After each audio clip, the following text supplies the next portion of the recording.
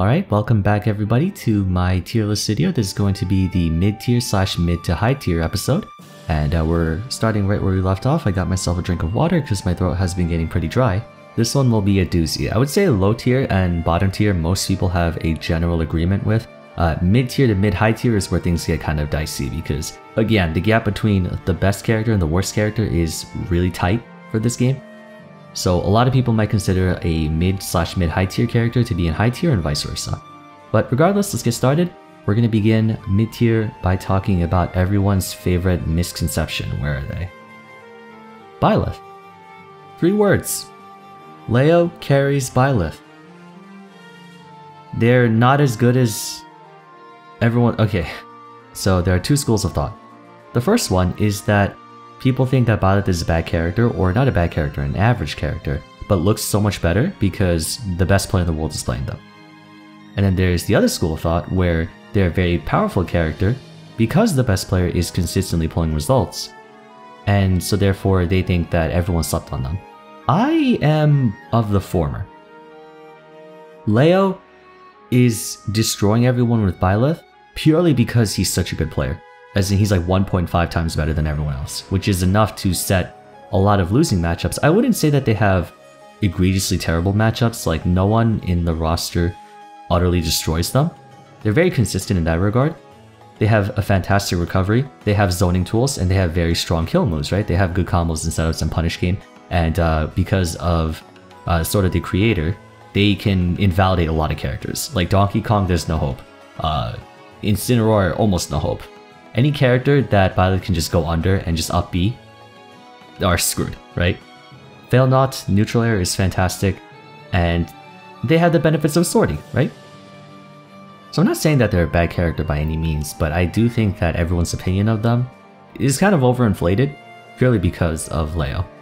A lot of characters, if you just like really study the matchup and understand it, it's doable. Because for me, I would say Byleth doesn't necessarily have that many matchups where they just completely destroy them. I know I just brought up the argument with like Bowser or DK or anyone who gets punished by recovery, but Byleth is a very middle balanced character. They don't have the most amount of losing matchups, but they don't have that many winning matchups either. The player has to be really good at the character to actually play it. And that is the whole point of mid-tier characters.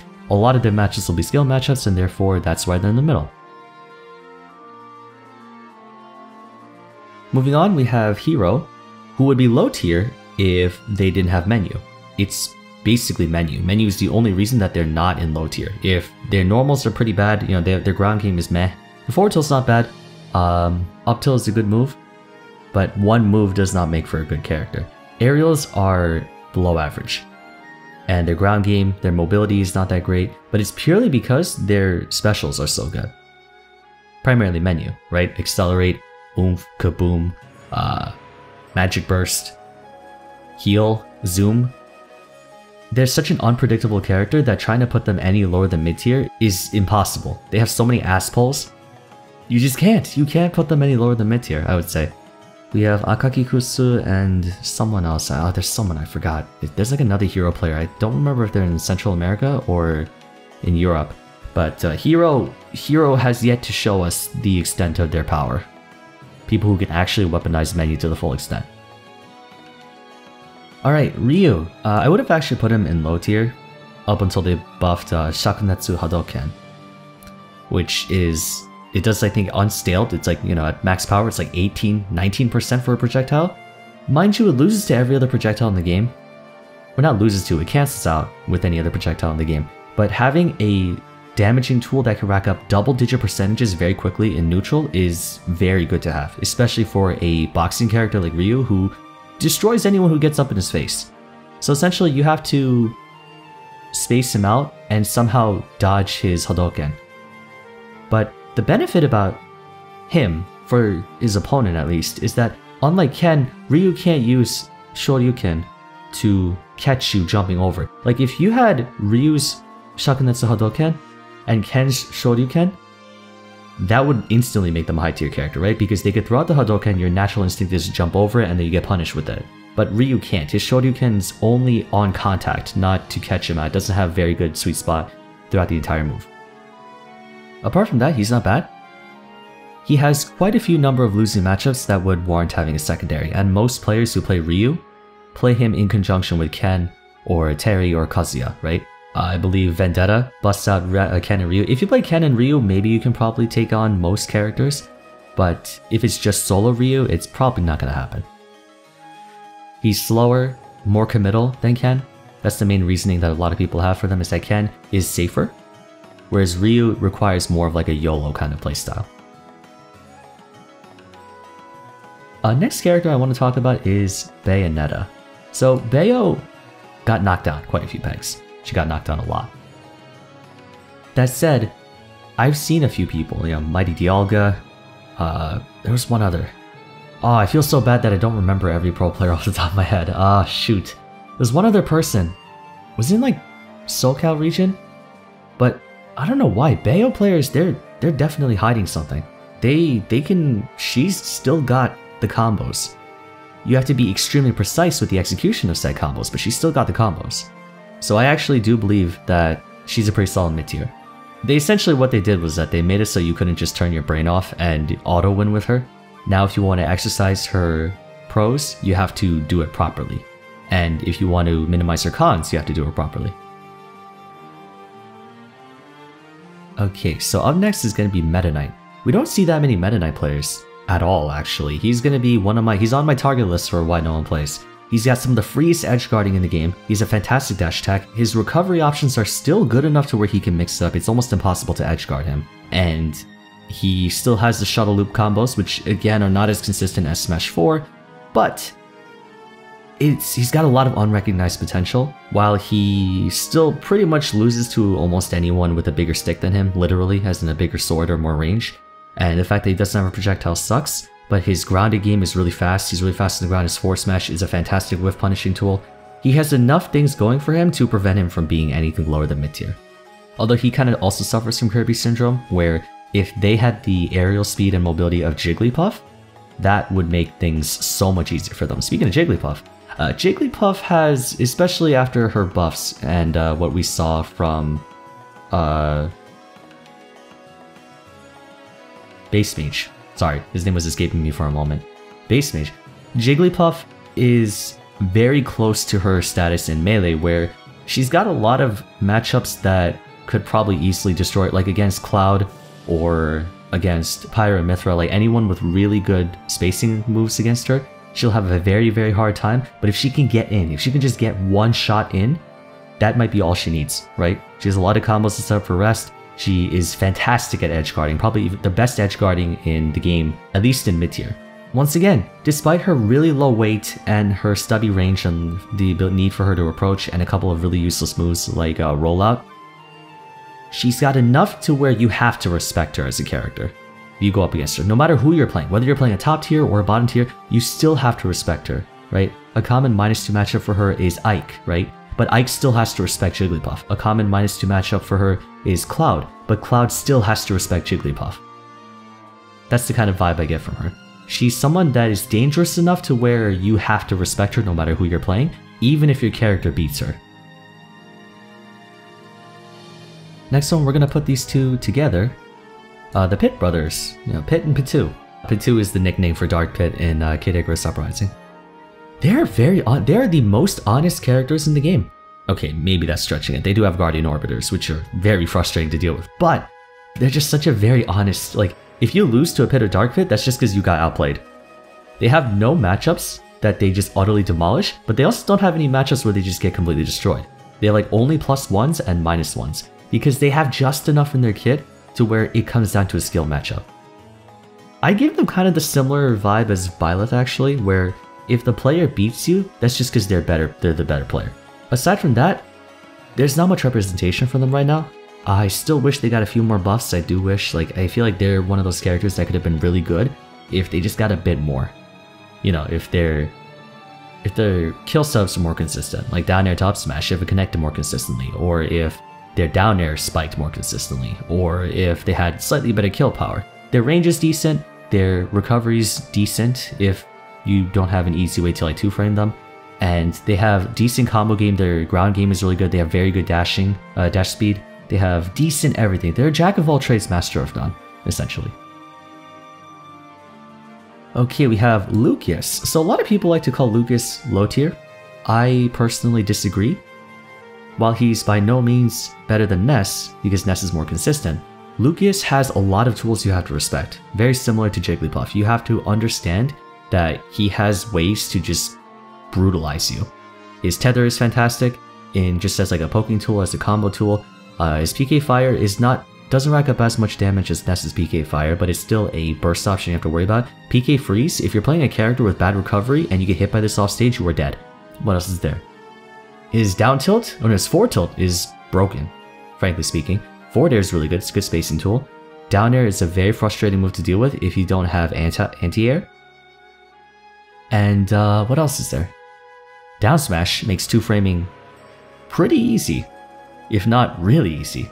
I would say Lucas's down smash is very criminally slept upon. And up smash, it's very punishable, but if the player doesn't understand that you can't actually punish it because he has invincibility, then yeah, that can also work in his favor. I'm gonna have the same sort of argument for every character in mid-tier in that they have enough in their kit to where it doesn't matter who you're playing, you still have to respect the fact that if the player is better than you, they can make up for the losing matchup or the winning matchup in that sense.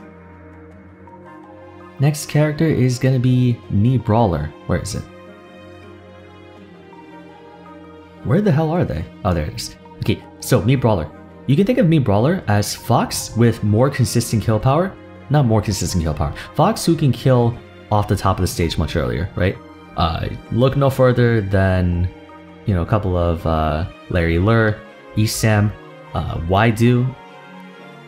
I speak from experience. I played against Zach a lot. Mii Brawler would be a fantastic. They have some of the best mobility in the game, right? They have a frame 3 nair, a lot of different ways to mix up. You can assign a command grab to them with the suplex. You can apply not the suplex. What is it called? I think it's a suplex. They have a shot put, which is not the best projectile in the game, but it's not the worst. And their rising uppercut can do a lot of early game cheese stocks, especially on low ceiling stages like Yoshi Story.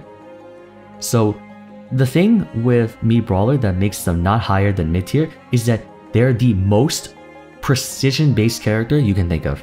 You have to be so precise with your spacing, your combos, even your percentages. If they're like 1% higher, you can fall out of combos. They're extremely unforgiving of a character.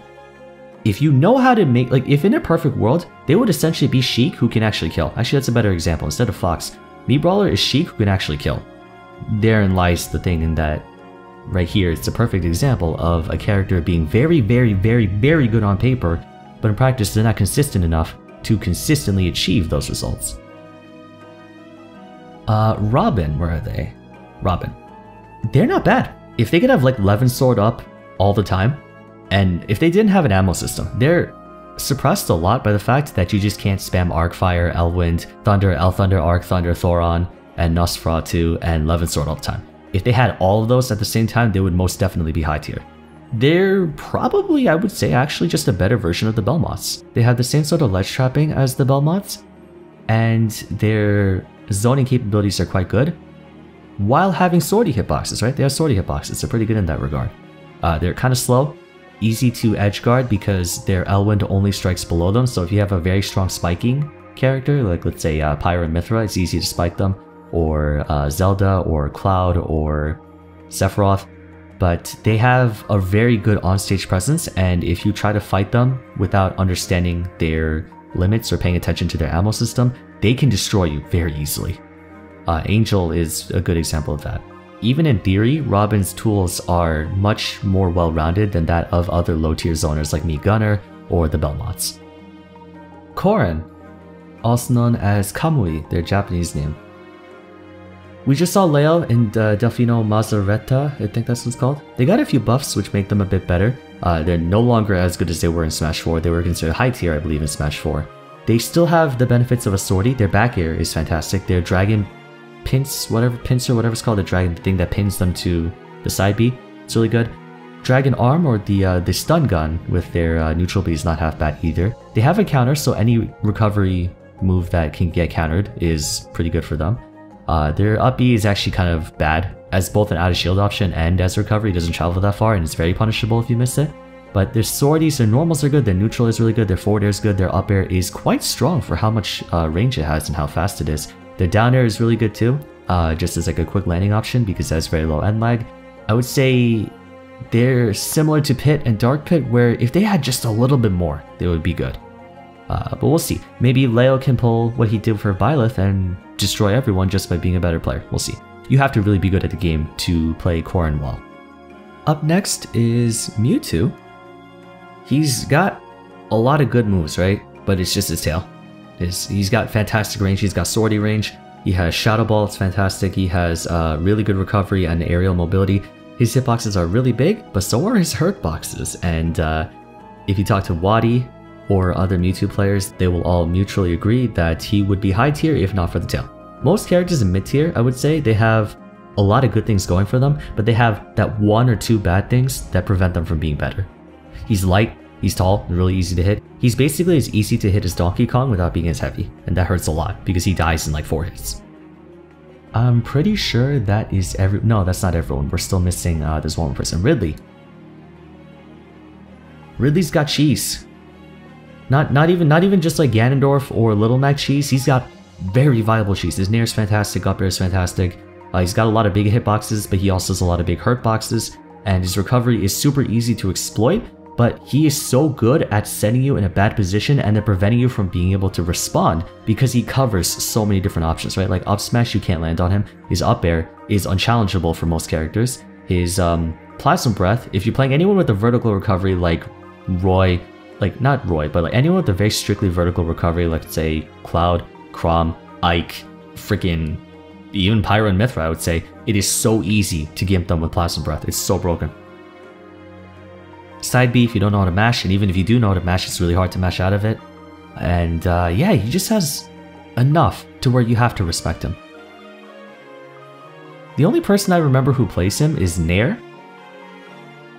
And he took some stocks. He definitely took some stocks and sets off of top players. And also matchup inexperience. Because there's so many characters in this game, some characters may seem more dangerous and intimidating to you purely because you don't know how to play the matchup, but if you play, I don't know, first to 10, you might be able to adapt and eventually overcome them. So that wraps up mid-tier. We're going to go to mid-high tier now. Mid-high tier is, for the most part, solo viable, but there are some notable losing matchups to where you definitely need a secondary to deal with those matchups, just not as much to the same extent as mid-tier. No such better example of this than Chrom. So Chrom is, by all accounts, just as good as Roy in terms of normals, right? His aerials are really good, his ground game is really good, his special game is really good, he is pretty decent pressure, his neutral game is not half bad, his combo game is good, he can kill really early, but because his recovery is the most exploitable in all of the game, there will be some characters that just make it impossible for him to do so, right? So in that case, you will need a pocket pick to deal with those characters who can really abuse his recovery. Like if it was Chrom versus Roy, Roy just needs to get Chrom off stage and then just use counter. It's so free. So that's where I put Chrom in mid-high tier, where he just needs to account for the fact that there are some characters who can make his life a living hell. Otherwise, he'd be just as good as Roy, if not better. And next you have Sephiroth. So Sephiroth is, he's light, he's tall, and he's kind of clunky. He doesn't have the fastest attacks out there, but he's got so much range to the point where it doesn't really matter. And then again, there are still a few matchups that are impossible for him. Like Fox, Sheik, I would even say Roy to some extent. Maybe Pikachu, but I don't think I've ever seen a Pikachu versus Sephiroth before. He's got a few people who play him in high tier. We got Cloudy, we have Ned, we have Tweak. Sometimes Tweak plays him, although I feel like Tweak only pulls out Sephiroth when he's like super tilted. Even so, I would say Sephiroth has, he's definitely a good character, and he can go toe-to-toe with he can destroy almost everybody in mid-tier, low-tier, and don't use. And even contend with people in top tier and high tier. It's just that there are some matchups where no matter how good you are at the game, the other character wins by virtue of just being that character. It would be nice if he was a little bit heavier, because what I don't understand is that Sephiroth in his original canon game, Final Fantasy VII, he's not a light character by any means. But they made him light because otherwise his wing would be so broken, pretty much.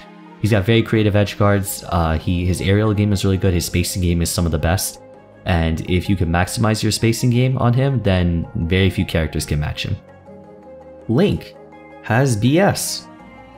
He's got a decent punish game out of shield. He has his Nair. His Nair is everything. Link is just a character carried by his Nair. Come on, let's be real. If that Nair wasn't in his kit, he would be so much worse. But he's like, yeah, he's got good frame data. He's got good combo game. He can juggle really well with his projectiles. The only problem is that there's just not that many people who can represent him in high tier, even though a lot of people kind of are of the impression that he's a mid-high tier / mid-tier character. He's a character who's definitely got a lot of potential, but not many people play him. I think it's because he's harder to play. He's a swordy who requires a bit more work, and because of that, people don't really want to play him all that much. It's also because there's Young Link. I would say Young Link is Link, but a little bit more efficient.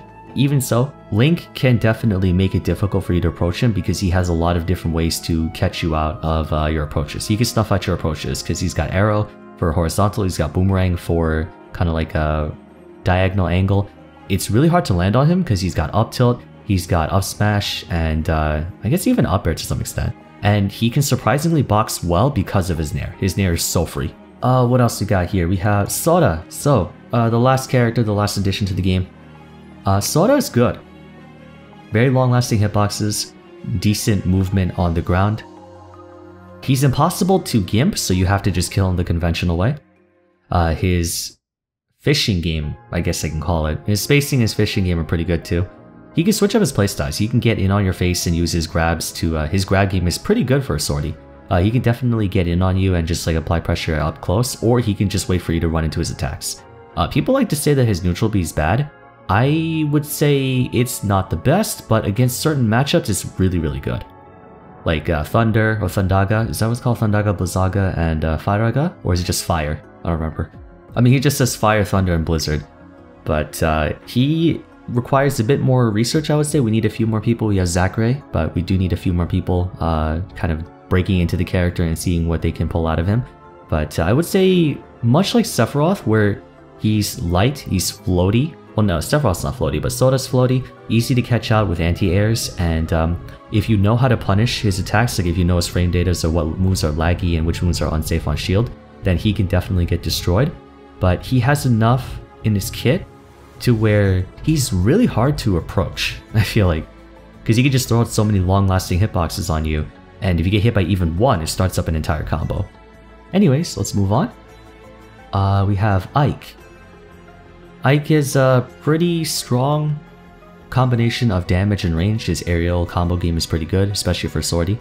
He's got Nair, which doesn't have the same kind of consistent combo ability at high percentages, but it's still really good. He's got Ether, which is really good in, is it Aether or Ether? It's just Ether.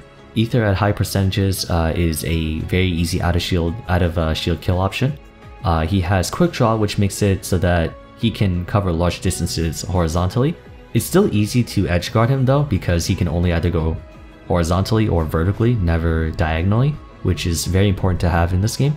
And he has no projectiles, so he doesn't have to approach. If you know how to punish his aerial, his constant spacing and neutral air, anyone with a good out of shield game, I would say, can make his life a living hell. And his disadvantage, because he has such terrible double jump height, and none of his moves come out any faster than I think like frame 11 or 12 in the air, maybe even longer. You can combo him very easily. So he has a few notable losing matchups, but one thing about him that I think a lot of people don't give him credit for is that he's a really good character for countering a lot of the gimmicky characters that counter everyone else. He destroys, I would say he beats Olimar pretty easily because he can cut through his sword attacks are heavy enough to cut through his Pikmin. He can beat Game & Watch, he can beat Steve, he can beat Ness. I would say he can even beat, there's one other character, who was it? Sometimes I would even say Sonic too. No, not he can't, he's too slow for Sonic. But he can beat out like Steve, Ness, Game & Watch, which are all very difficult characters for the majority of the cast to deal with, so he's a very good pocket pick. Solo maining him, there's yes. People used to think he was like a top tier character at the beginning of the game, similar to Chrom. But it's now that people know how to deal with him, he's got some very egregious weaknesses that are not compensated in any way. As in, no matter how good you are at the game, you can't really make up for it. Next up is going to be Inkling. So Inkling, again, a lot of people thought Inkling was really good, and to their credit, they are really good. They have a fantastic back air. Roller, if you don't know what you're doing, can be easy kill options for them. Their Ink can rack up a lot of damage. They have a decent grappling game. Their dash animation is really good. The grounding game is not bad, but the one problem is that they just can't kill to save their life unless you use roller.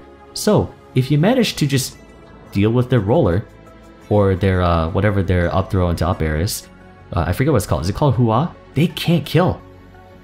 Like back air is a fantastic move, it just doesn't kill. It's fast, disjointed, sets up combos, but it doesn't kill until like 190% of the ledge. Forward air doesn't kill, up air only kill. It's hard to land up air though. It's like up air can kill, but it doesn't. It's hard to set up into it after a certain amount of percent. Down air is worthless. Up tilt doesn't kill. You can only really kill them with smash attacks. Like Splat Grenade can't kill. Nothing they have kills. They have like they're just a really gentle character outside of roller. Roller is really good, mind you, but I would say roller is only really good online, whereas offline, if you're ready to deal with roller, you're fine.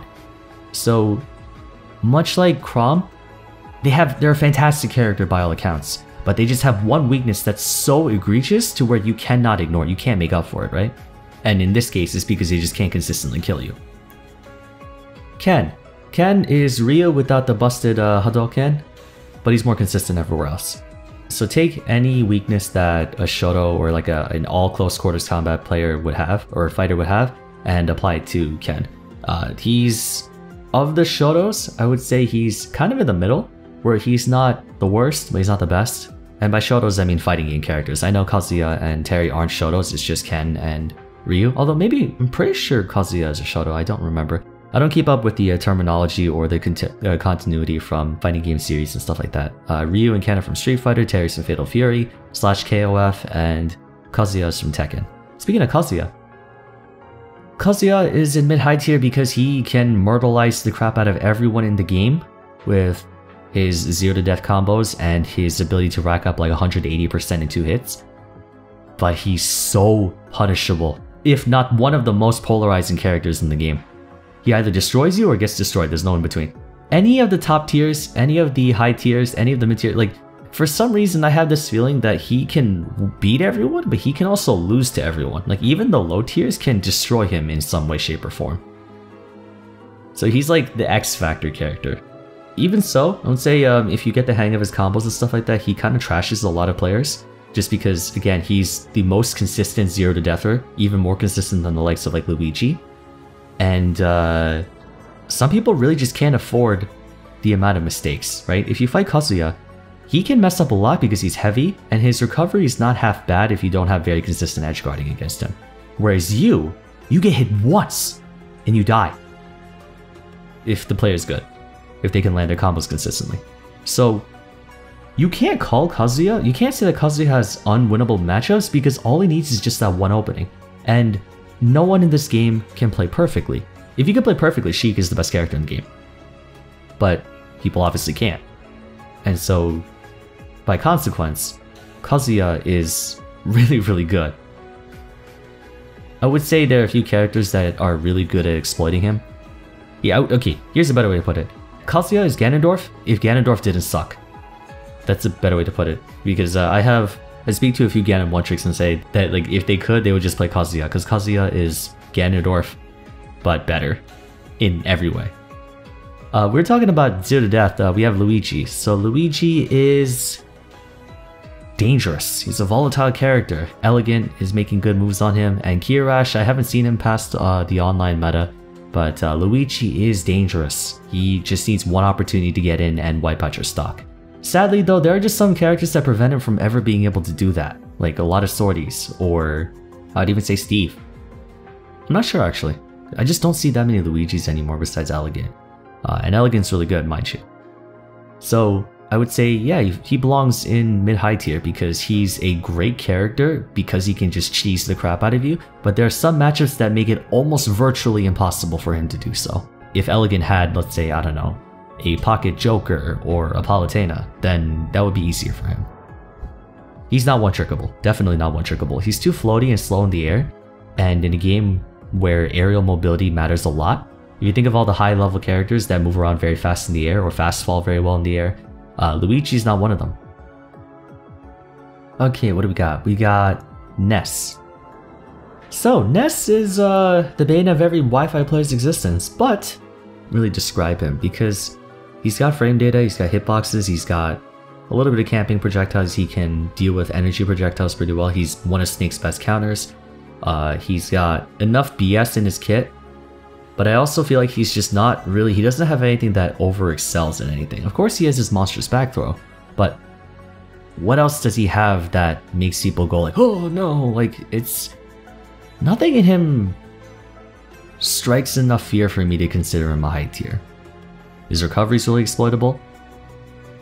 I mean, he's got good damage, he's got relatively consistent kill power, he has good combos, he has a safe neutral game, and he's got at least a decent enough recovery to where you can't, like, it's a lot harder to deal with him. And he does also have a few just what the F moves like PK Thunder. You get hit by that at 40%, you're dead no matter where you are on the stage. But not enough of it to make him any better than mid-high tier. I'd say some characters can definitely put the moves on him, like Pyra and Mithra, Cloud, Shulk, Game & Watch to some extent. Bowser, maybe? Actually that's a tough one. Lucina, his range is good, just not good enough, right? He's kind of in the middle where he can beat out boxers, but he can't beat out swordies. Okay, we got Olimar. Only DeBuzz plays him, and Shuton, right? Shuton plays Olimar, right? Yeah.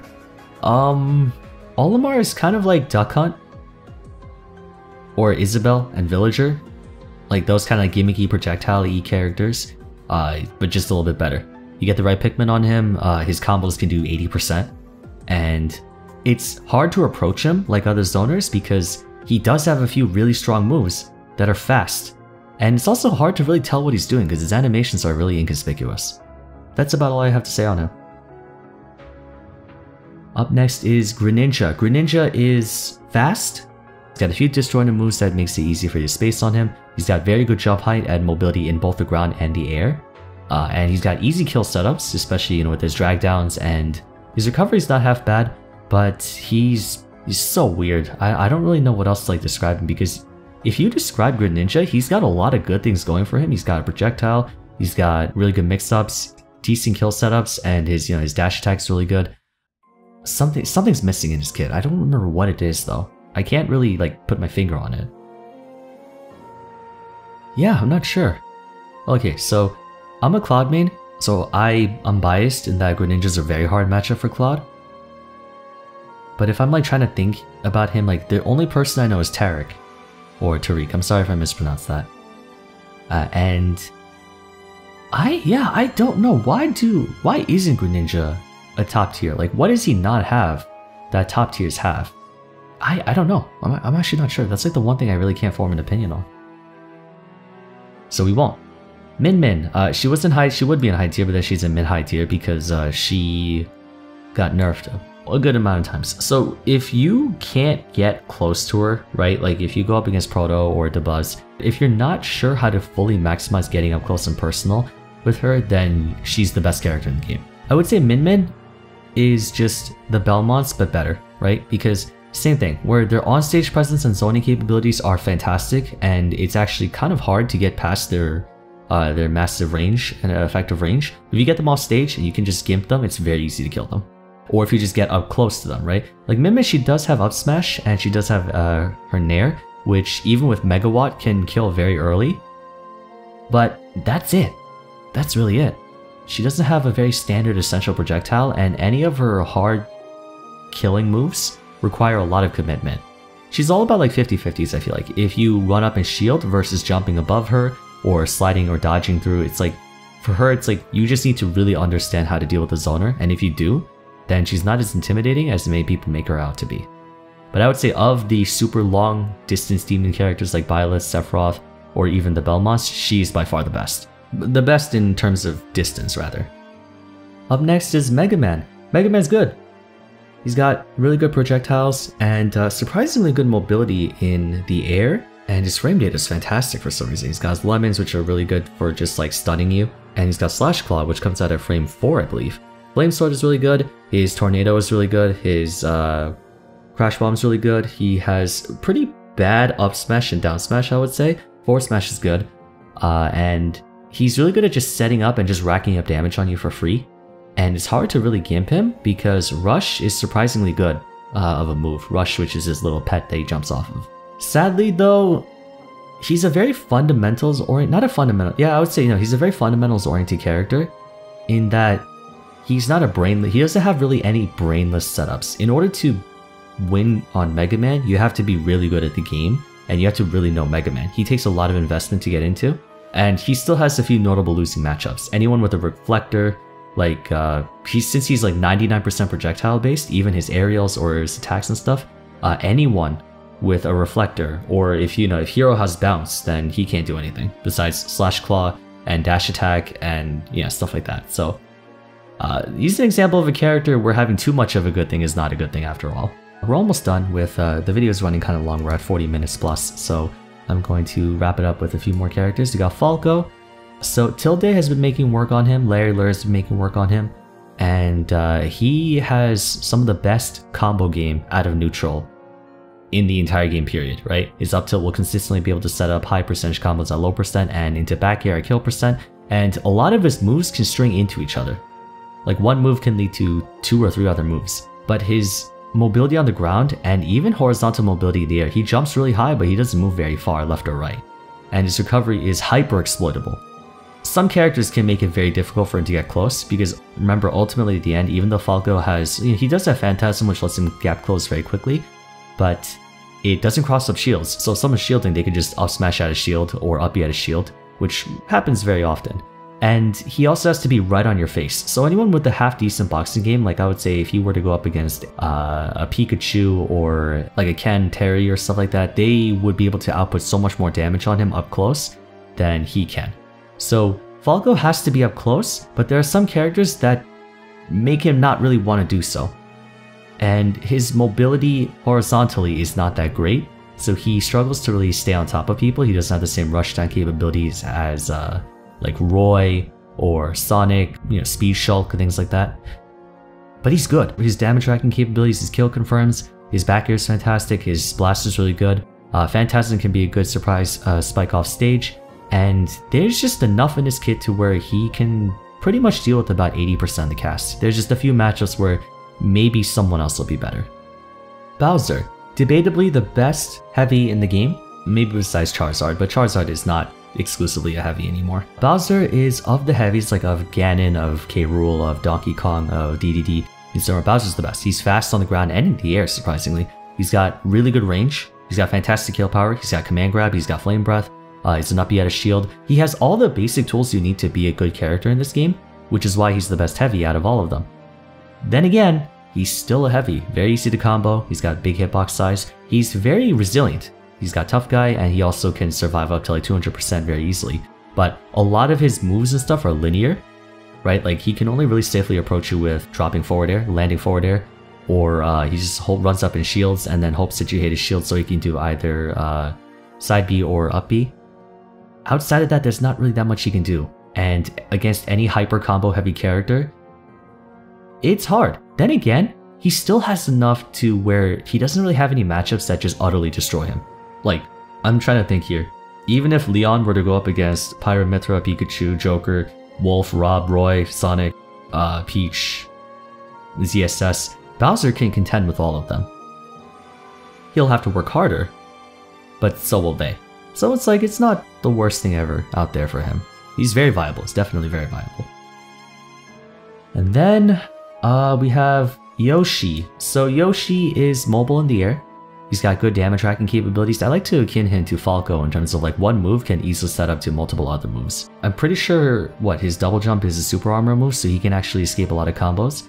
But he's also kind of he's like Greninja. I like to think of him as Greninja, where he has almost everything you need to be a good character. He's got a decent projectile, he's got good kill setups, his nair is really good. I really don't know what specifically about Yoshi other than the fact that his hitboxes are kind of stubby, so swordies can zone him out. That might just be it actually.